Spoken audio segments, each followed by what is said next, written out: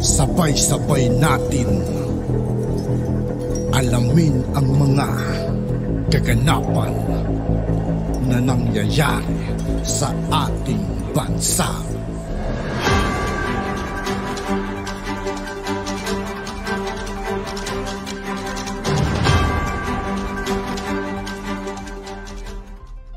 Yo, what's up mga kaibigan? This is I2K po again. Ngayon nandito ulit tayo sa channel ni News PH. Dito ulit tayo magbibigay ng komento at reaksyon. Kaya samahan nyo ako guys. Let's go! Sa nasunog, dating Associate Justice Carpio. Ito po ang sinabi ni Carpio. Pinamigay na niya Duterte C, secret deal meant giving away Ayungin Shoal. Kita nyo ha? Nakabatay po itong sinasabi ni Carpio sa Duterte C secret deal, gentleman's agreement. Sunog na sunog kayo ngayon. Tama naman yan. Basahin po natin. Ito, ang problema sa inyo, Carpio, no? Associate Justice ka eh. Ibig sabihin, ikaw ay Supreme Court, pero naniniwala ka sa sabi-sabi, hearsay. May nakita ba ka ba? Ikaw ha, Carpio. Eh sila Rizon Tiberos, okay lang yan. Mahilig naman niya maniwala sa mga sabi-sabi. Pero ikaw, na Associate Justice ka ng Supreme Court, ang pagbabatayan mo sabi-sabi, o yan yung problema nyo. Okay. This is how, pinamigay na niya kasi yun, ang gusto ng China. Kita mo ang akusasyon, pinamigay na niya. Yun daw ang gusto ng China. Alam mo, kung pilosopuhan lang, Carpio, no? Kung totoong pinamigay yan ni Pangulong Duterte, bakit nariyan pa yung BRP? Ito hindi nila kayang sagutin eh. Kung totoo na naniniwala kayo na pinamigayan ni Duterte, yung Ayungin Shoal, bakit nariyan po yung BRP Sierra Madre? No? Bakit nariyan pa rin sila hanggang ngayon? Mula panahon ni Duterte, 6 na taon si Duterte. 6 na taon si Pangulong Duterte. Kung talagang pinamigay na niya yung Ayungin Shoal, bakit nariyan pa rin yung BRP Sierra Madre? Bakit natin sinusuplayan pa rin? Di ba? Alam nyo, pilosopuhan pa lang po yan. Ha? Huwag na nating kunin kay Carpio yung kanyang pagiging Supreme Court Justice. Tuloy natin. Ayan. In an interview, Carpio said Duterte insists gentleman's agreement not to allow the delivery of construction materials to repair, etc. etc. Yung gentleman's agreement na hindi tayo magdala ng construction material para i-repair ang BRP Sierra Madre. Bago po to ha. Ito po ngayon lang po nagaganap to lahat ha. Mali yun kasi everybody knows na magko-collapse na yung BRP Sierra Madre. Kasi ang tagal na, rusty na yung superstructure.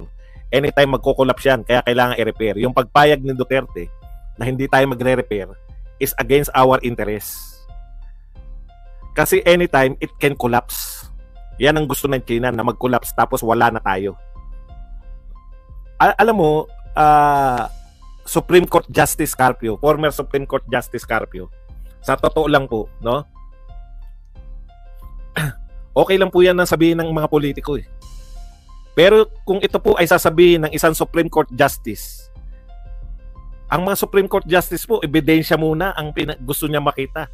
Meron ba talagang agreement between si Jinping at Pangulong Duterte? Ako po kating-kati ko nang i-discuss to eh. Hindi ako naniniwala kay Rocky na merong gentleman's agreement eh. Pinapahiwatig ko lang sa inyo. Kasi, di ba? Kasi baka mapahiya ako eh. Kaya hindi ko masabi outright na wala yan. Si Pangulong Duterte napakatalino para mag-enter sa ganyang kababaw na agreement. Eh ano ngayon? Wala palang agreement, no, Carpio? Di sunog na sunog kayo ngayon. Di ba? Wala kayo pala. Okay. Pag-usapan natin ngayon tong sinabi ni Panelo. Alam niyo mas nakakabilib si Panelo. Di ba? 2 beses na sila nag-clash. Sabi ni Panelo nung una, fake news ka, Roque. Hindi ba? Bakit fake news si Roque? Hindi po na-deny ni Roque yun. Sinabi ni Panelo, nakausap niya si Pangulong Duterte. Nakausap niya. At mali yung sinasabi ni Roque. Ngayon na naman, sabi na naman ni Roque, may gentleman's agreement si Pangulong Duterte at si Xi Jinping. Nakausap na naman ni Panelo ng 2 beses si Pangulong Duterte. Roque, tanong, nakausap mo ba si Pangulong Duterte ng 2 beses? O nagko-conclude kang mag-isa? Hindi ka pa rin ba makatulog hanggang ngayon? Okay. Ano po ang sinabi nito ni Panelo tungkol dito? Pakinggan po natin. Kung sino man na nagpapakalat na may gentleman's agreement, yan po ay nagsisinungaling.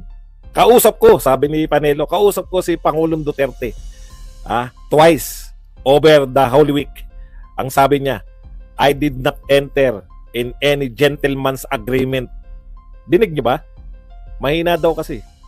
Dinig niyo? With Xi Jinping. Sige, tara tuloy-tuloy. Whatsoever, whether it's gentleman or ungentleman, wala. I've been avoiding that yung show like a hot potato. Kasi alam ko mainit yung topic na yan. Kaya wala akong pinagkakasunduan kahit kanino. Yan. Attorney Sal, gusto ko i-open sa inyo, Attorney Sal, sinabi kasi dito ni retired Supreme Court Associate Justice Antonio Carpio, I think last week niya ito na statement na sinabi niya, that President Rodrigo Duterte acted beyond his authority and surrendered the country's right if he did enter into a gentleman's agreement with China na to maintain PRP Sierra Madre. Meron bang Mabuti naman meron siyang if. Tama ka dyan. Justice Tony, dahil kung hindi, nayari ka sa peke. Kasi kung sino man nagkakalat ng gentleman's agreement, yung naman, mabuti naman at meron siyang if. Tama ka dyan. Justice Tony, dahil kung hindi, nayari ka sa peke. Kasi kung sino man nagkakalat ng gentleman's agreement, yung po nagsisinungaling, baka gusto lang ng publicidad sa sarili niya. Pagkausap ko si Presidente Duterte twice over this holiday. At sabi niya, I have not entered into any gentleman's agreement whatsoever. Whether it's gentleman or ungentleman, wala. I've been avoiding that yung show like a hot potato. Okay, dagdag pa, no? I've been avoiding that ayungin show like hot potato. Magaling po si Pangulong Duterte, no? Hindi po siya enter sa agreement, gentleman's. Kaya nga po, yung mga pahapiyaw ko sa inyo, ayaw ko lang sabihin. Hinihintay ko talaga to sa Panelo na kausapin si Pangulong Duterte. Kasi hindi po ako makapaniwala na magiging sa talino ni Pangulong Duterte, magiging open siya sa lahat ng batikos. Walang katuturang batikos dahil sasabihin niya may gentleman's agreement. Mali kasi si Roque. Kahit nasa isip niya yun, hindi niya dapat sinasabi yun. Lalo na kung hindi galing kay Pangulong Duterte. Kung hindi si Pangulong Duterte yung source niya. No? Tuloy natin. Kasi alam ko mainit yung topic na yan. Kaya wala akong pinagkakasunduan kahit kanino. Mm-hmm.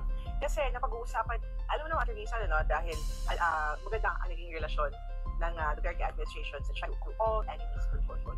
Ngayon, wala na sa posisyon si Pangunhehe ng issues para sila ng agreement or kung ano bang aim sa kaagreement. Pinapasok na kahit anong kasunduan. Nilalabanan niya nga eh. Di ba, unang punta pa lang namin sinabi niya yung arbitral ang yung mamag-usay. Okay, eto po, inside sabi ni Panelo.